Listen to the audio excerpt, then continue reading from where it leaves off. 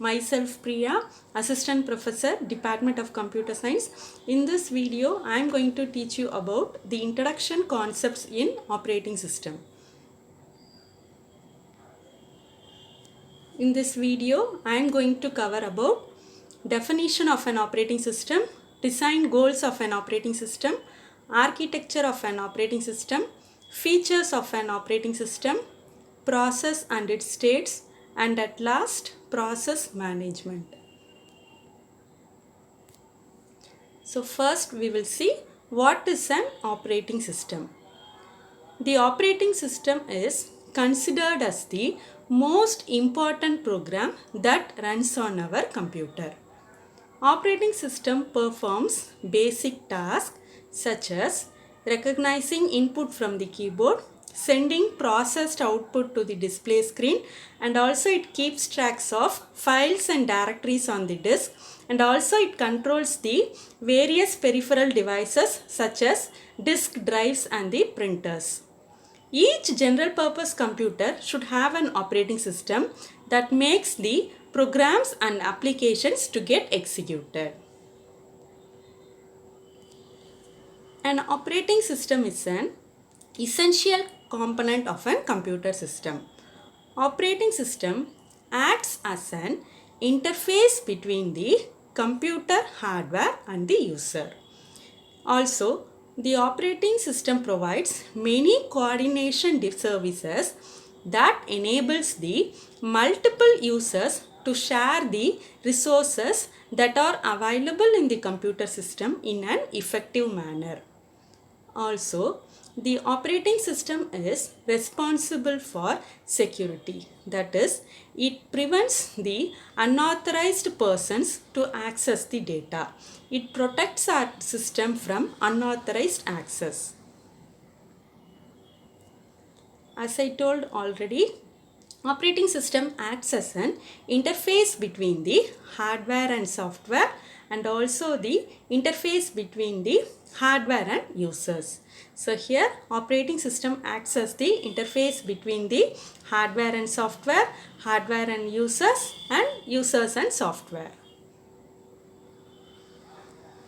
So in this diagram, operating system acts as an interface between the hardware and the end user. Next, we are going to see about the features of an operating system. So, an operating system is a software program that acts as an interface between the software and the hardware. And also, the main feature of the operating system is that it manages all the resources and operations that are available in the computer. Also, operating system controls and manages all the execution of programs that happens in our computer. So features of the operating system is that it acts as an interface between the hardware and software, hardware and users, and also it monitors all the resources and operations in a system, and also controls and monitors the execution of all the process in a particular computer. Next, we are going to see about the goals of the operating system. There are two types of goals of an operating system, that is primary goal and secondary goal. The primary goal of an operating system is the operating system provides a user-friendly and convenient environment for the users. As I told already, operating system acts as an intermediate between the users and hardware. So, operating system provides the user with the user-friendly and convenient environment. The secondary goal of an operating system is very efficient. That is, operating system performs all the management of resources such a way that all the resources in the system are fully utilized. So the primary goal is it provides the user-friendly and convenient environment for the user. The secondary goal is it manages all the resources whether it is fully utilized. So next is the design goal of an operating system. The design goal of an operating system are no specific users, concurrent systems, security and privacy, resource sharing, future hardware and software changes, portable operating systems, backward compatibility. So first we'll see about concurrent systems. So the modern operating system should be able to handle multiple users and also multiple devices at the same time. So to provide this with the operating system, the design is very complex and difficult to create. Next is security and privacy. The operating system should provide some security and privacy measures for protecting our system from unauthorized access. Next is resource sharing. The operating system should be that the resources are shared in a correct manner. So there will be multiple users for the resources to be accessed. So the resources should be accessed in an effective way such that all the users or all the process should claim the resources in an effective way. So the operating system with good resource sharing is also quite complex to create. Next is future hardware and software changes. The operating system should be able to manage if there is any changes in hardware or software. It should accept all the hardware and software changes. Next design goal is portable operating system. The operating system should support portability. That is, operating system should be worked with different hardwares and softwares. Next is backward compatibility. The created new operating system should be compatible with the previous model. That is, they should support all the previous model that are available in the computer system. Next is no specific type of users. That is, operating system should be developed in such a way that any type of user can be easily accessed with our system. Next we are going to see about the architecture of an operating system. So as I told already, the operating system acts as an interface between the hardware and user. So here in the architecture of an operating system, the kernel and shell acts as the main role in the architecture of an operating system. So first we will see what is hardware. So hardware is a physical component of a computer.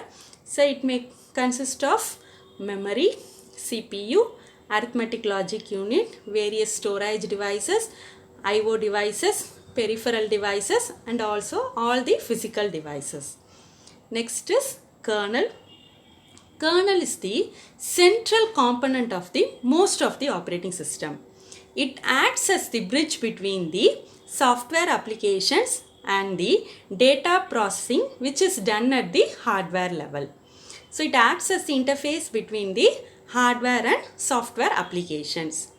The main responsibility of kernel includes managing and monitoring the system resources. That is, it provides the bridge between hardware and software components mainly for the purpose of communication. Next is shell. A shell is a piece of software that provides an interface for the users to an operating system which provides the access to the services of a kernel. So, kernel acts as the interface between the hardware and software, whereas shell is a software that provides the interface for the users to gain the services of the kernel. So shell originates from the keyword shell, that is the outer layer of interface that acts as the bridge between the user and the kernel of the operating system. Next we are going to see about the concept process. A process is a program in execution. A process is not same as a program, but a lot more than it.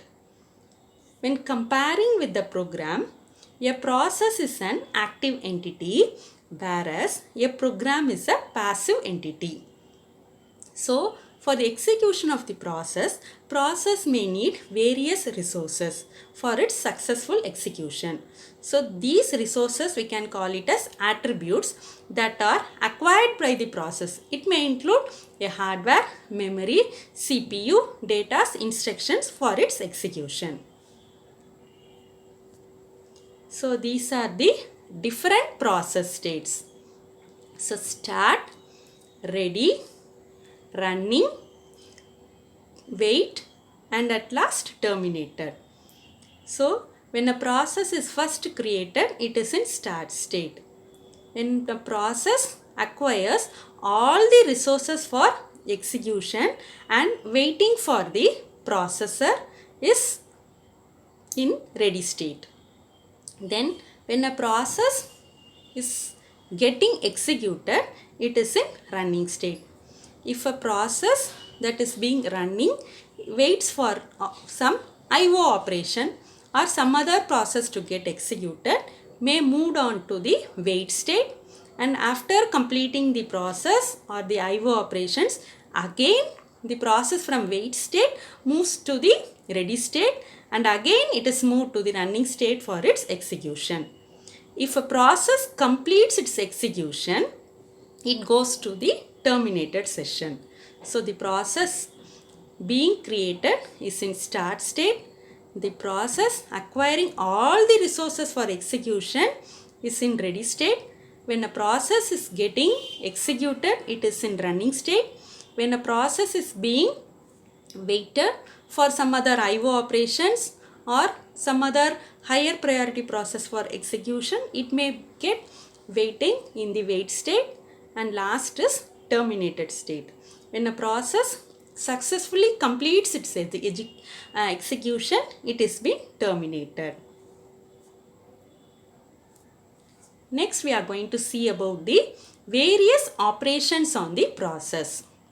First is creation, scheduling, execution, deletion or killing. First is creation.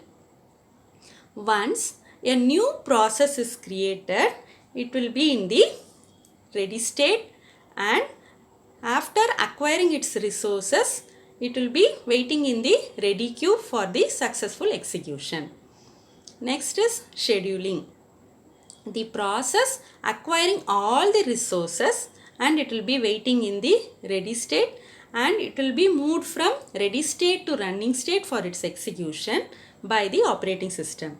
So selecting the process which is to be executed next is known as scheduling. Next is execution. When the process is scheduled for the execution, the processor starts its execution. So the process will be in executing state, that is running state. Also, a process may move to blocked or wait state during its execution when it requires some IO process or some other event to occur. Next is deletion or killing state. When the purpose of the process gets over or gets successful completion, then automatically the operating system will kill that particular process. So the process will be deleted. Also, the process control block of that deleted process will also be deleted. That is, the process will be terminated by the operating system. So these are the process states: new, ready, running, waiting, then terminated. So new, when a process is created new, it will be in new state. When a process acquires all the resources, it will be waiting in the ready state, and when a process is being moved to the running state for its execution, if a process is being executed, if suppose it may need some IO operations or some other event to occur, the process from running state may be moved to waiting state. After the successful completion of IO operations, it will be again moved to the ready state and then running state for its execution. If a process is being successfully executed, it will be moved on to the terminated state. So, a process in the operating system may be in any one of the following state. A process may be in a ready state, new state, running state, waiting state and terminated state. A new state. When a process is being created, the process it will be in new state. Next is ready state. When the process is waiting for the processor for execution is ready state. Running state, when the process data and instructions are being executed, that particular process is in running state. Next is waiting state. If a process is waiting for some other event or waiting for some IO completion or waiting for some interrupt, that particular process will be in waiting state. Last is terminated state. So, if the process has successfully completed its execution, it will be in terminated state. So, at a particular time, a process may be in any one of the following state. That is new state, ready state, running state, waiting state or terminated state. Next, we are going to see about process control block. So, a process control block is a data structure that contains all the information about a particular process. So, each process will have a process control block that encloses all the information about that particular process. So, a PCB will contain process state, process ID, parent process ID, CPU registers, program counter, CPU scheduling information, memory management information, accounting information, then IO status information. So, first is process state, the particular state of the process. Maybe it can be ready state, running state or waiting state. Also, each process will have a unique process ID and parent process ID. Also, it will have the CPU registers and program counter information. Say a program counter, it holds the address of the next instruction of that particular process to get executed. Next is CPU scheduling information. Suppose if we are using priority scheduling algorithm, on the particular priority information of that process, it will be stored in CPU scheduling information. So, based on that, the process will get executed. Next is memory management information. That is, the particular process may use some memory management technique, whether it may use paging concept or segmentation concept. If it uses the fixed memory space, it will use paging concept. So, page map table will be stored in memory management information. If a particular process uses segmentation technique, that is variable space partition technique, then the informations will be stored as segment tables. So, that particular informations will be stored in CPU scheduling information. Then accounting information. So, each resources of that particular process, how much time it needs, how much time it has been consumed, what are the account numbers, what are the limits of that particular process, each and every information will be stored in accounting information.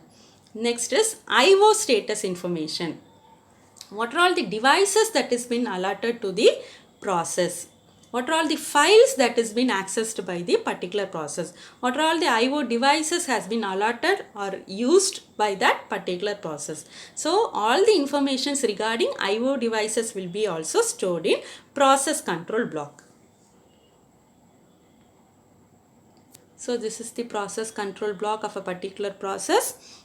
It will contain process ID, process state, pointer information, priority of that particular process, program counter, what are the instructions to be executed next, what are all the CPU registers, IO devices related informations, accounting informations, that is limit, capacity, etc. So each and everything about that particular process will be stored in a data structure called process control block. Next we are going to see about process management. So process management involves various tasks such as creating a new process, scheduling a process, terminating a process, and also if a deadlock occurs, how to recover from that deadlock situation. So each and every information regarding the process will be managed. Also, it protects the resources of each process and also the communication and synchronization among the process. So it is the main job of operating system to manage all the running process of our system. So a process management involves various tasks such as creating a new process, scheduling of process. So which process is to be executed next, everything. Then managing the deadlock and also the termination of process. So each and every information regarding the process will be managed by the OS. So it is the main responsibility of the operating system to manage all the executing process in that system. Also, operating system manages and monitors each process by performing tasks such as resource allocation and process scheduling. So what are all the resources that are needed for a particular process for its successful execution, and also the process scheduling, that is when the process it should be executed, when a process should be moved from the ready state to running state for its execution, when a process to be moved into the waiting state for IO operations. So each and everything, resource allocation and scheduling of process will be maintained by the operating system. So the operating system is responsible for the activities, that is scheduling each and every process and threads on the CPU, also creating and deleting both user and system related process, suspending a process, resuming a process, then providing mechanism for process synchronization, how multiple resources is being utilized by multiple process. Also how the process communicates, each and everything will be processed and maintained by the operating system. Next we are going to see about three important terms, that is process code, process components, then process state. A process consists of set of instructions to be executed. So those instructions is called process code. So each process has to be executed, that is each process will have some specific data and instructions to be executed. Those instructions is referred as process code. Next is process component. Each and every process will be associated with some data that is to be processed. So for processing that particular data, some resources are needed. So the resources that a process required for its execution is called process components. So the resources that are needed for the process execution is called process components. Also, each process will have a state associated with it at a particular instant of time. So that is called process state. So each process will have definitely a state at a particular time. It is referred as process state. So the instructions that to be executed is called process code. The resources needed for the process execution is called process components. The state that is associated with the process at the particular time is called process state. Thank you.